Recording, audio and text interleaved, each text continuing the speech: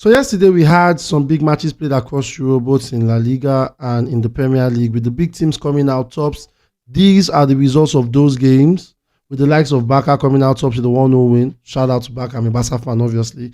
And Man City having a 3-1 win over Burnley as Liverpool beat Chelsea 4-1. And the Liverpool conversation is what we're having today, right now. Diogo Jota. Might go all the way, Jota! Does go all the way! Look at this now for Bradley. Bradley Shaw! What a moment that is! Taking on Buddy Ashil and picking. Chukwuemeka on the move.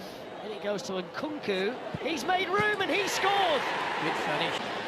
Here's Darwin Núñez. Whips it in! Oh, there's another one! The game was actually quite interesting. I actually enjoyed every bit of the game, with some records being created yesterday. With Conor Bradley being only the second player after Ryan Sterling at the age of 19, Conor being 20, to have played 178 minutes, giving 4 assists and scoring 1 goal. Imagine, he now has more goals than Gomez.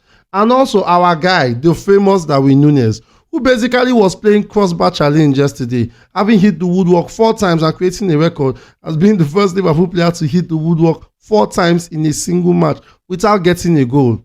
The course of the Premier League is really working on Darwin Núñez.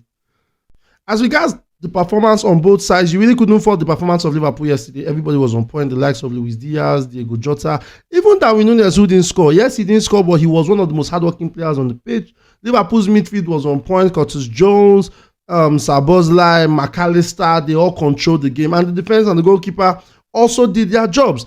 We are not here for Liverpool. They played an excellent game. Why we are here is to discuss on Chelsea and how bad this team has performed this season. Now let's talk about the first controversial penalty call.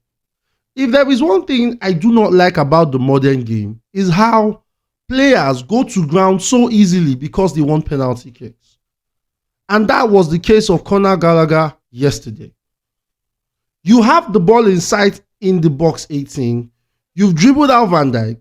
You don't know what else to do, so you go to ground. And you expect Paul Tierney to just award you the penalty just because, there is slight contact between you and Van Dijk. What is going on with the modern day football?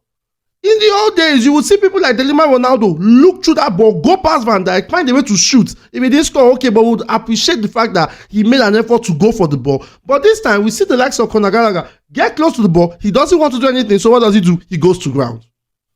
Same thing happens again with Chilwell. He had a chance to make a run and give either a cross or shoot by himself. What does he do? He goes to ground. Now, what is the problem with this Chelsea team and going to ground? Now, let's rewind back a bit. You'll find out that most games that Chelsea have won this season has always gone through penalties. And everybody's saying Kopama. Kopama is a really great player. Oh, he scores a lot of goals. Penalties. And if you think I'm joking, check it out. I'm a football fan. I'm not a Liverpool fan. So when I come in here giving you the honest opinion I can give you. That was not a penalty, Chelsea fans. Please, I want to ask, what is the purpose of Disasi and Baliashile in a defense if they cannot jump for a ball, block a shot, or either try to win a tackle? I don't understand. See, it gave me a lot of headaches yesterday watching Baliashile and Disasi. Those two are the worst defensive pairing I have seen in my life. They do not work hard to try to win the ball. Basically, every time Darwin Núñez came running at Disasi or Baliashile, there was a 90% chance that he would run over those guys. Chelsea's defense this season has been poor. It has been dysfunctional. It has been abysmal. There's nothing anyone will tell me that, the defense is trying. What are you trying? When it comes to big games, you always fumble. If I was going to give those guys a rating from yesterday's performance, I would give them a 4.5 over 10. They were that terrible. In fact, make it a 3.5 over 10. You want to make old man Thiago Silva do all the running for you. For God's sake, that guy is going to be 39. 39! How bad? Now let's move on to the midfield. I said yesterday and I'll say it today.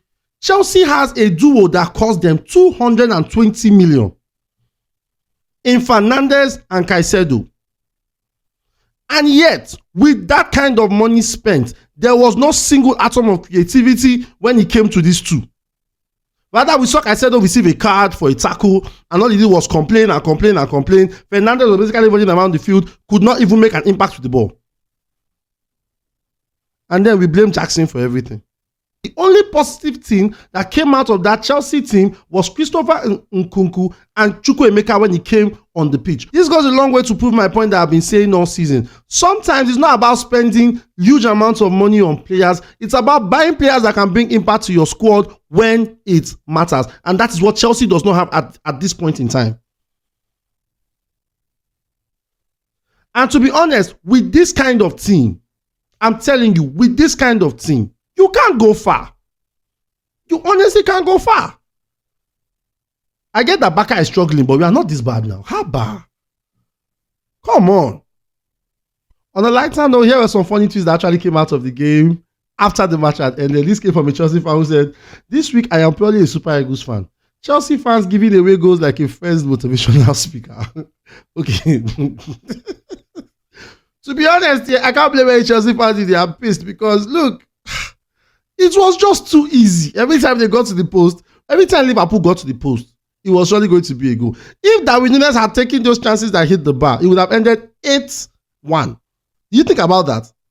Okay, moving on. Now we have this guy says the one that actually threw me off balance. He said, "Klopp watching Núñez hit the woodwork twice." And in his interview statement, "I'm running out of energy." Oh my God. Well, at the end of the day, it was a really good game. I enjoyed every minute of that game. But let's be honest, Chelsea needs to do better. You keep up with this performance, you're definitely not going far this season.